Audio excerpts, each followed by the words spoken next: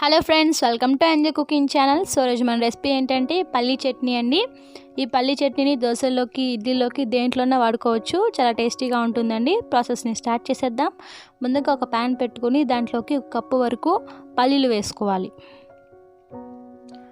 So ఈ పల్లీలని high ఫ్లేమ్లో పెట్టుకొని దోరగా వేయించుకోవాలి.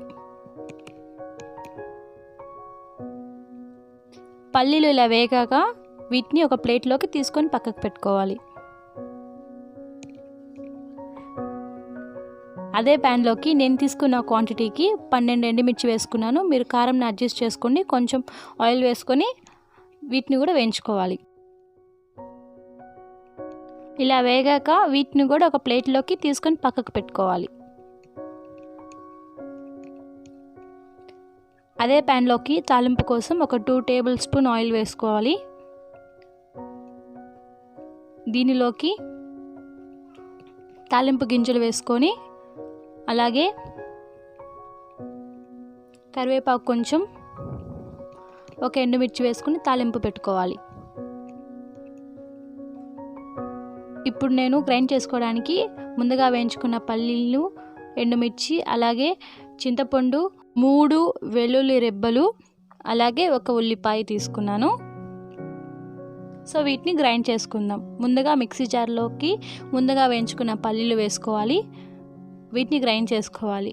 ఇలా గ్రైండ్ చేసుకున్న తర్వాత ముందుగా వేయించుకున్న ఎండుమిర్చీలు అలాగే చింతపండును వేసుకొని గ్రైండ్ చేసుకోవాలి. ఇలా ఫైన్గా గ్రైండ్ చేసుకోవాలి. సో ఇప్పుడు దీంట్లోకి ఒక ఉల్లిపాయ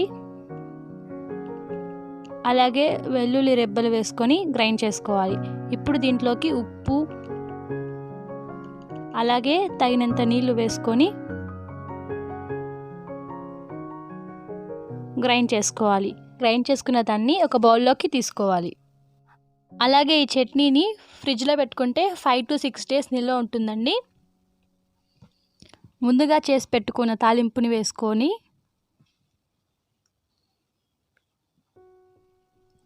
కలుపుకోవాలి.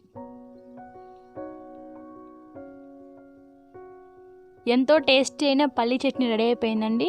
మీకు ఎలా కుదిరిందో కామెంట్ బాక్స్లో చెప్పని మర్చిపోకండి. లైక్ చేయండి, షేర్ చేయండి, సబ్స్క్రైబ్ చేయండి. Thank you for watching.